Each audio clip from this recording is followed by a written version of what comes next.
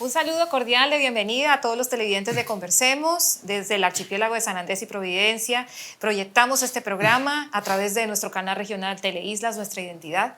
Como saben, este es un programa que está auspiciado por la Autoridad Nacional de Televisión, que busca abordar de manera crítica y constructiva las distintas problemáticas del archipiélago y de todo el entorno insular. El tema de hoy es un poco retador en términos de análisis y en términos de comprensión, porque implica también abrir nuestras mentes para entender un poco qué hacer con la población en situación de discapacidad y sobre todo cuando son menores de edad. Es por ello que los invitamos a ver la siguiente nota en donde describimos nuestro tema del día.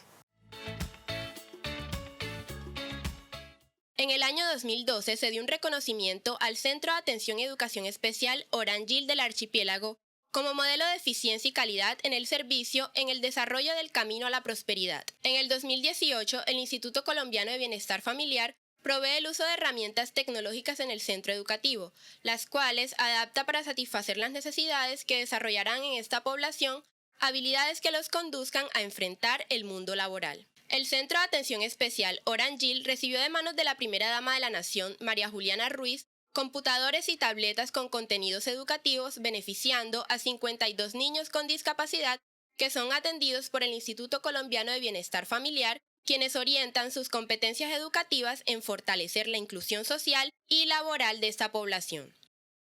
El gobierno, a través de los años, ofrece nuevas oportunidades educativas a los niños, niñas, adolescentes y jóvenes con necesidades especiales.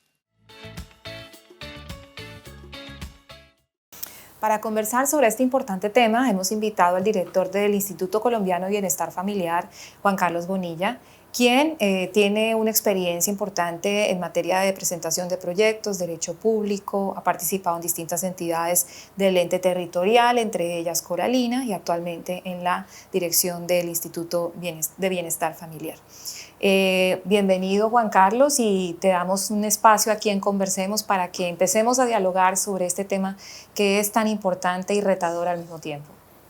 Sale, muchas gracias por la invitación y la verdad que estoy muy contento de estar aquí para hablar sobre este tema de la situación o condiciones de discapacidad, sobre todo con niños y niñas adolescentes, que es nuestra población, digamos que atendemos diariamente en el ICF. Juan Carlos, se estima aproximadamente que el archipiélago de San Andrés, bueno, en unas cifras del 2014 se reportó que el archipiélago de San Andrés ocupaba el tercer puesto de personas que ubicaban, digamos, personas que brindaban atención o que ofrecían educación a personas en situación de discapacidad. Hemos mejorado la cifra, se decía que eran un 65%, hemos mejorado. ¿Cuál es el reto que tiene el departamento hoy para ofrecer a estos niños y jóvenes un espacio de inclusión en la educación? Sí, tenemos una dificultad del departamento, realmente ha habido avances, hay que reconocerlo. De hecho, hace unos meses, un par de meses, estuvo aquí el alto consejero, doctor Kropatowski, de discapacidad, y en sesión del Consejo Departamental de Discapacidad, pues habló del tema de la inclusión en la educación y la inclusión laboral también, que es un tema que está, digamos, rezagado en términos comparativos con el resto del país. Nosotros atendemos 120 niños y niñas con discapacidad, inclusive tenemos niños mayores, personas mayores también que tenemos atendiendo, que vienen ya de una atención antigua y no podemos sacarlo del programa sin que cumplan algunas etapas. Pero el tema de la inclusión en la educación nos falta mucho. Yo creo que se requiere, y eso fue un acuerdo también que tuvimos en el Consejo Departamental de Discapacidad, fortalecer el talento humano que atiende a estos niños. Nosotros hacemos una atención terapéutica a los niños y niñas que tenemos en nuestro programa, pero ya, al pasar a la inclusión social, el tema de los colegios, hay una falencia grande porque los profesores, la comunidad educativa como tal, los rectores no están preparados para atender ese tipo de situaciones que se presentan día a día. Precisamente cuando tocas el tema del desafío para la pedagogía, también yo me pregunto si específicamente al interior del instituto se maneja un modelo pedagógico orientado a esta población o estamos en un proceso de transformación, de construcción de ese modelo pedagógico. Sí, nosotros tenemos, digamos, el operador que maneja nuestros programas, sobre todo en temas de externado, en media jornada, que son 4 horas de atención, y la otra que es jornada completa, que son 8 horas. tiene un plan de atención integral a estos niños. Y básicamente es un tema terapéutico que se maneja ahí, que tenemos fonoaudiología, terapia ocupacional, psicología, trabajo social. Y cada niño, dependiendo de su diagnóstico, pues tiene una atención diferencial. El tema es en los chicos que están de 4 horas, que son los que pasan al colegio. Si están en la mañana, pasan al colegio en la tarde, y si están en la tarde, pasan en la hora de la mañana. Ahí es donde tenemos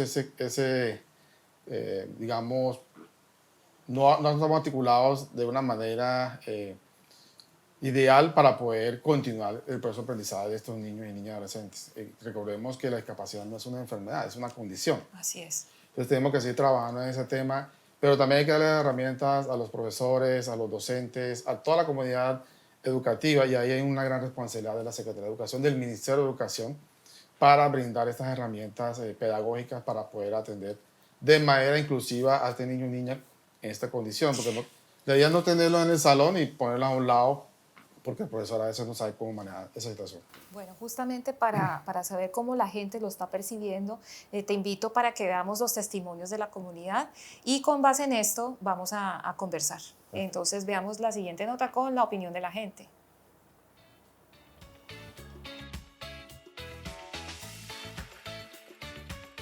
San Andrés no está, y hablo desde la educación, no hay colegios incluyentes, los profesores no están preparados en su gran mayoría. En la isla, propiamente dicho, no existen espacios donde uno pueda llegar, un padre o una persona que tenga alguna persona con discapacidad, llevar a que su hijo tenga algún tipo de desarrollo o capacitación. Son muy contados los escenarios. Pienso que en la parte del gobierno, en la parte de Secretaría de Educación, debería fortalecer más esa parte de estrategias inclusivas.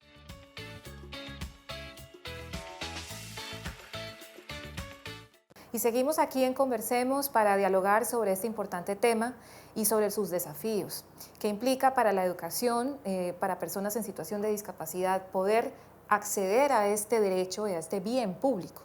Y pues como te decía Juan Carlos, es importante un poco recoger lo que dijo el testimonio, el anterior televidente, en cuanto a qué posibilidades existen realmente. O sea, se puede decir que hablar de discapacidad en esta sociedad sigue siendo un tema tabú.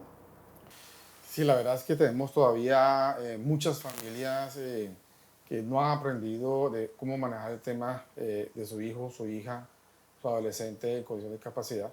Y digamos que las entidades como el bienestar familiar y la gobernación estamos tratando de visibilizar el tema. Es una obligación constitucional. Hay unas leyes específicas para el tema de discapacidad, para el tema de inclusión, para el tema diferencial, un tema que ya existe, que hay documentación, y que nosotros las entidades públicas tenemos la obligación de hacer cumplir eso. Entonces sí tenemos muchas situaciones entre el padre, como sabe manejar esa situación, termina escondiendo al niño, a la niña, y digamos de una u otra forma vulnerando sus derechos. Que el niño en condición de discapacidad o no tiene derecho a muchos temas de recreación, deporte y digamos todos estos derechos fundamentales como la salud y la educación. Entonces digamos que sí tenemos un retraso, pero estamos haciendo digamos avances hacia visibilizar el tema de la discapacidad en el departamento.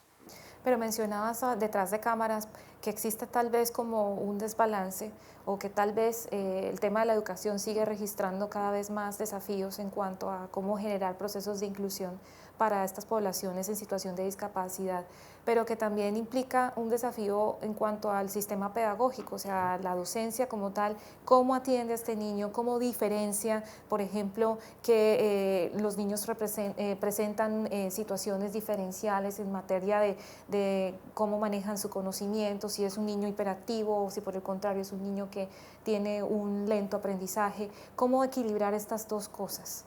Sí, la verdad es que quiero mencionar un tema, un caso, obviamente no el nombre, pero sí el caso, de una menor, pues, una adolescente, una niña, perdón, en temas de discapacidad visual. Digamos, es un tema que a todos nos tocó hacer todo un esfuerzo. Y sin intentos en los colegios no hubo forma de atender a la niña, se estaba atrasando en su colegio y la familia tocó desplazarse a la ciudad de Barranquilla, donde sí hay colegios que manejan el tema de discapacidad visual. Entonces tenemos que evitar el tema, no podemos permitir que sigan saliendo los niños y adolescentes con discapacidad porque no tenemos acá cómo atenderlo. Hay que seguir trabajando en el tema de la educación, es súper importante. Hemos hecho acercamientos básicamente con el Colegio Floarcil, que está muy cerca de nuestra fundación en Arenchil, que es la que maneja nuestro tema de discapacidad, pero termina siendo algo como una carga para el profesor porque no sabe cómo manejar el tema de los niños. Entonces termina el profesor no teniendo la mejor forma, aislando un poco al niño o niña, y el niño pues termina desertando el colegio porque no avanza. Creo que el tema amerita para conversar más profundamente, pero lo haremos en el siguiente segmento. Es por eso que nos vamos a un mensaje comercial.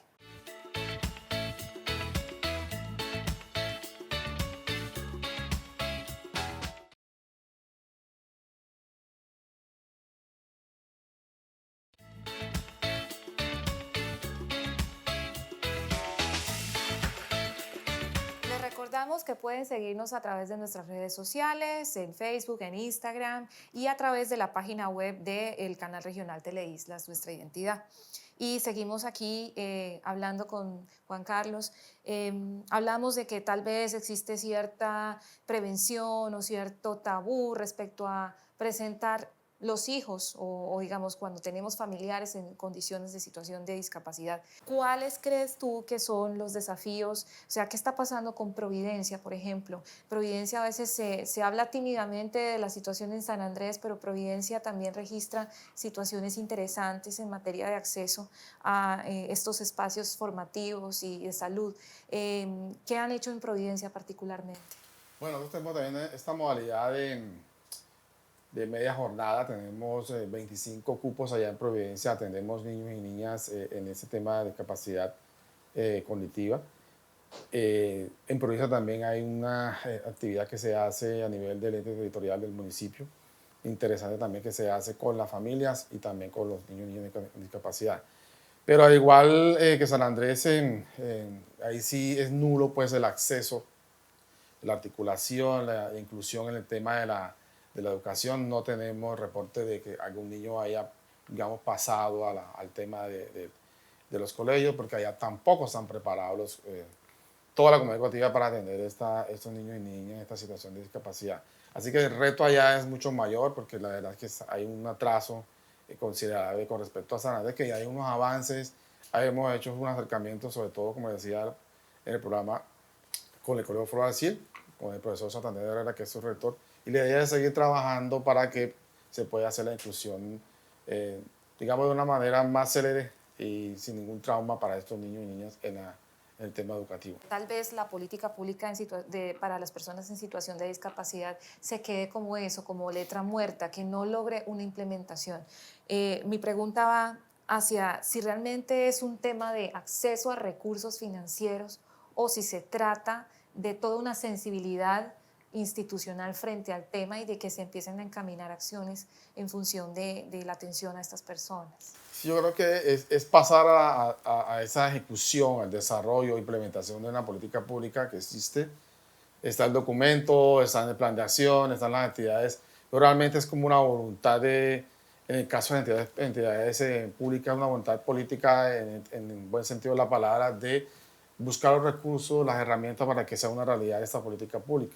Porque se ha hecho un gran esfuerzo en este Consejo Departamental de Discapacidad, donde asisten representantes de discapacidades, de diferentes discapacidades visuales, físicas, etcétera, y que han aportado muchas cosas interesantes para que ese documento sea una realidad. Afortunadamente, el alto consejero, como le decía al principio del programa, el doctor Kropatowski, está vinculado a este proceso, va a ser una realidad el próximo año un centro que permita rehabilitar físicamente a las personas con discapacidad física, que no lo tenemos en San Andrés. Las personas tienen que irse de San Andrés para esa atención. Sí. Y encima de eso tienen que tutelar, porque siempre las EPS es toda la dificultad para poder atender a esos niños con esa condición. Tienen que hacer las tutelas para que puedan acceder a esos servicios que la ley obliga a que se entreguen gratuitamente. A tono con esta preocupación y con esta sensibilidad que has manifestado, te invito a que veamos el siguiente testimonio que también nos podría dar inclusive muchas luces para ver cómo hacemos que esta política pública sea una realidad. Veamos el siguiente testimonio.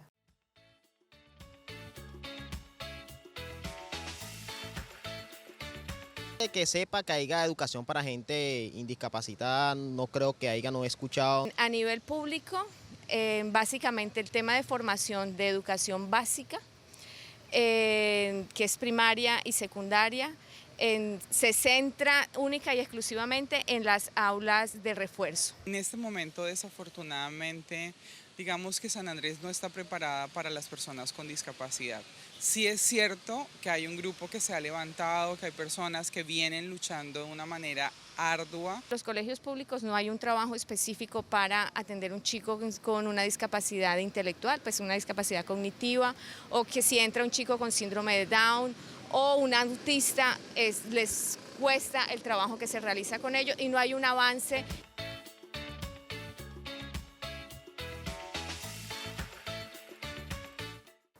Juan Carlos, cuando hablamos con la gente, pudimos percibir que tal vez se ha hecho, pero sigue como esta sensación de que no se ha hecho lo suficiente y que a lo mejor de las acciones que se han realizado, seguramente no todas gozan del reconocimiento de la comunidad en general.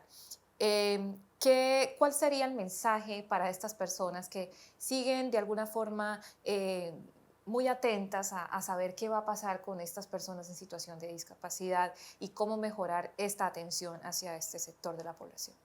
Sí, de verdad es que hemos hecho, como le decía en el programa, avances, digamos, en este tema, pero no es un tema recurrente y permanente, es como el cambio de esa actitud, cuando cambian las administraciones, hay que seguir intentando cumplir con la norma y con la ley, no es un tema de por favor. No es un tema de gobierno, sino un tema de Estado. Es un tema de Estado, o sea, que tiene que continuar esa situación, así no esté Juan Carlos Bonilla, el director, el que siga, tiene que también hacer lo mismo.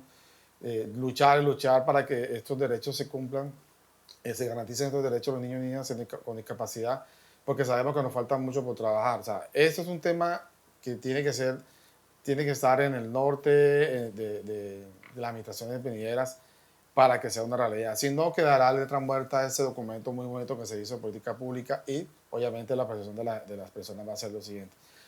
Va a ser lo mismo, pero hay que seguir trabajando fuertemente, tener la convicción de que podemos aportar un granito de arena para que estos niños, niñas, y las familias sobre todo puedan continuar su vida sin tener en cuenta el tema de la condición, porque igual, como decimos, no es un tema de enfermedad, sino que una condición y tenemos que seguir trabajando fuertemente en eso. Entonces, es un mensaje para todas las entidades que manejamos el tema, no podemos quedarnos solamente en las cifras, que cumplimos los cupos, que atendimos esto, que cumplimos el 100% de los recursos, indicadores, sí. Porque no podemos terminar siendo esas entidades que solamente pensemos en números y en datos, sino que en verdad lo que hacemos se vea realizado en las familias y en los niños, niñas y adolescentes con discapacidad. Si uno hiciera una caracterización de la población en situación de discapacidad, digamos, ¿cómo está repartido esto en situación de género? O sea, ¿quiénes están más en esta situación, hombres o mujeres? Realmente lo que manejamos nosotros en el bienestar familiar, que son casi 140 cupos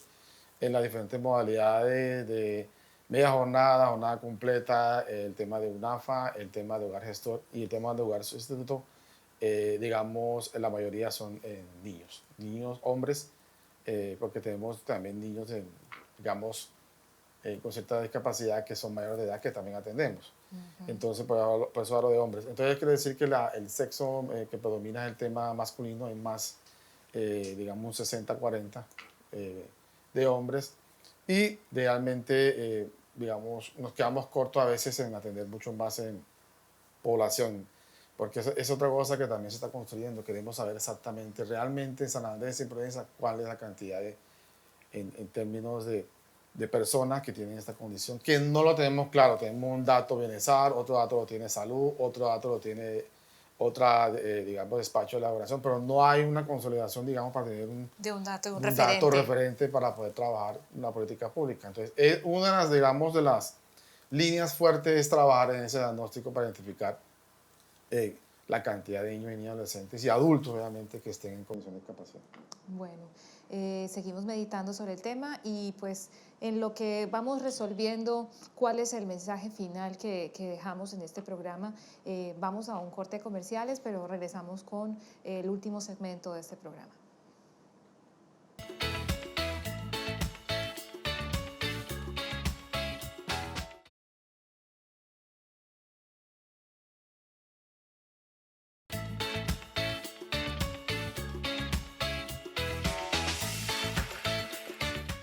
Seguimos acá en Conversemos y pues detrás de cámara seguimos dialogando a pesar de que ustedes no tengan como conocimiento de lo que decimos, pero siempre quedamos picados con los temas.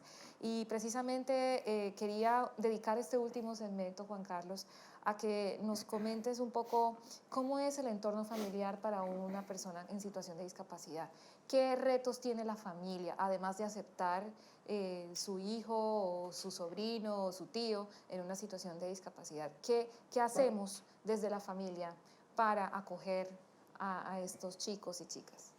Bueno, yo sí quiero mencionar el tema, porque trae a la colación del Código de Infancia y Adolescencia, la Ley 1098-2006, donde plantea que hay 3 actores claves en todo el tema de garantía de derechos y restablecimiento de derechos si se vulnera el derecho. Y entonces primero está la primera, que parece la familia es súper importante, sigue la sociedad también, y por último también obviamente está el Estado. Entonces son 13 personas, por decirlo así, que deben garantizar los derechos y restablecerlos si se vulneran. Pero lo que hemos encontrado no solamente en el tema de discapacidad, en todos los programas que manejan el bienestar familiar, sobre todo de protección y prevención, la ausencia de los padres, los cuidadores, como quieran llamarse, de los niños, niñas y adolescentes. Ahí es un mensaje que la entidad como tal, la sociedad como tal, digo, no puede solamente trabajar para poder restablecer los derechos y garantizar los derechos de los niños y adolescentes con discapacidad o sin discapacidad. Entonces, la familia es muy importante. Hemos encontrado familias ausentes totalmente en el proceso que hacemos terapéutico, es que están llamando, hacer actividades de integración para ver si se acercan.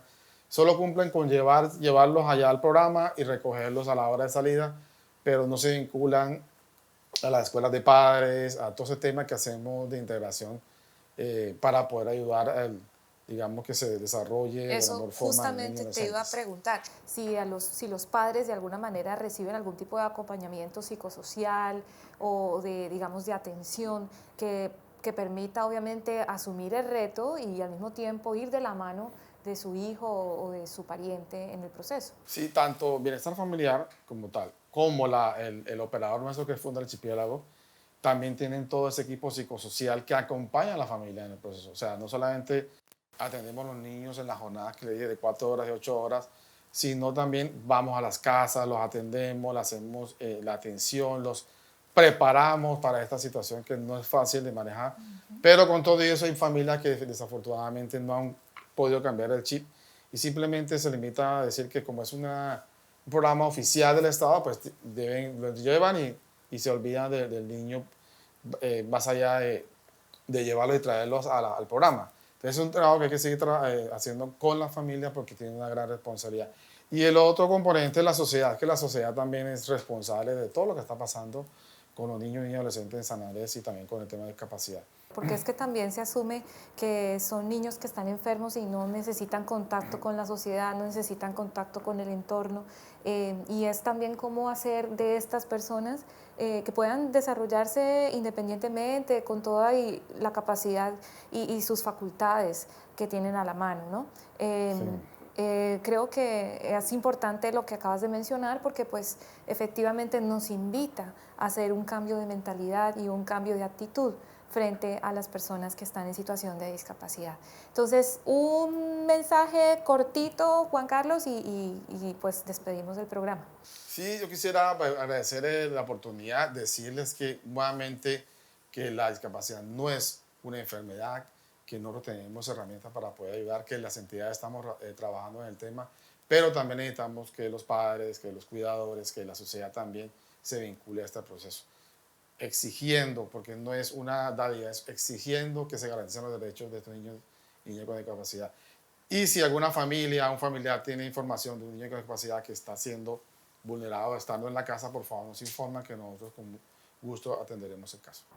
Bueno, como hemos visto aquí en Conversemos, el reto de incluir a las poblaciones en situación de discapacidad y mejorar sus condiciones de accesibilidad y de inclusión hace parte también del repertorio de los derechos y asumir la educación como un bien público. Es por eso que seguiremos hablando y conversando sobre estos temas que seguramente darán para más programas. Les habló Salián García Taylor y esto fue Conversemos. Nos vemos hacia otra oportunidad.